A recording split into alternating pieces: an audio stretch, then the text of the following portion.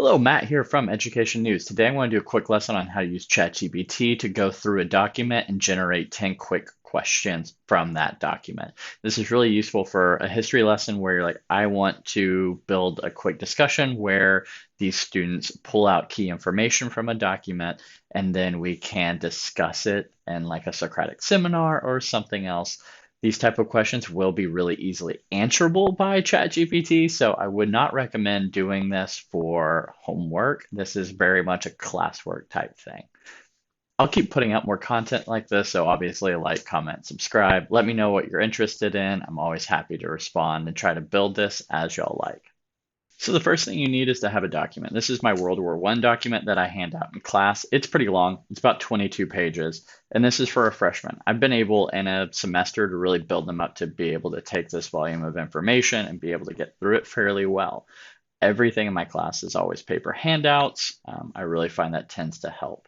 So I'll take this document, World War I, and I know that they're going to go through roughly the first three sections of documentation in class. So I want to take the first three sections, comes all the way down here, copy C.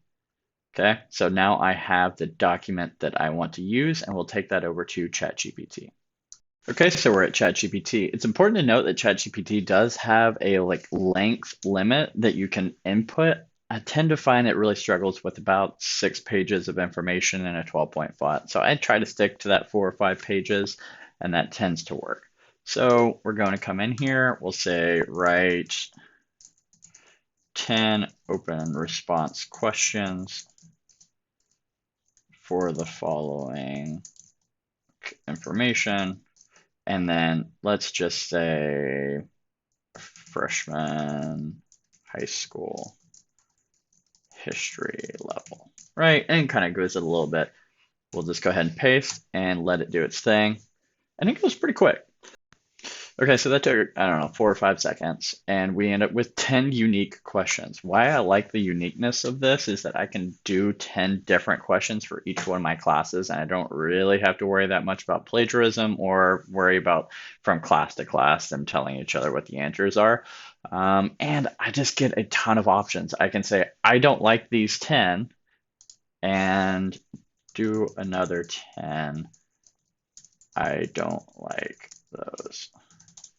There we go. And it'll give me another 10 options, but let's go through. What was the relationship between the United States and European nations? Why did the Ottoman Empire become a threat to European peace? What was the significance of the collapse of the Russian regime? And this is all information that came straight out of this document. So all of them are easily findable, but they do require or have the ability for you to really use outside information that you've done in the class. So that's helpful. So now I have 10 new questions. I can think about these, figure out which one I want. So in a period of 20 seconds, I have 20 questions that I can pull from, all of them relatively unique, all of them from the document. So that is super, super helpful. Highly recommend using it along this, especially if we're kind of moving towards a education system that's really going to require a lot of collaborative work, a lot of answering things in class, and less time actually spent just writing 2-page papers. All right, there we go. In 30 seconds, I have an entire open response section of questions that I can use for my students. I can individualize those based on which questions would be better for certain students or certain classes. So that's really, really useful.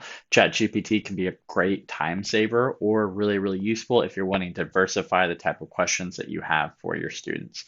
Let me know what you enjoyed, and I hope you have a great day.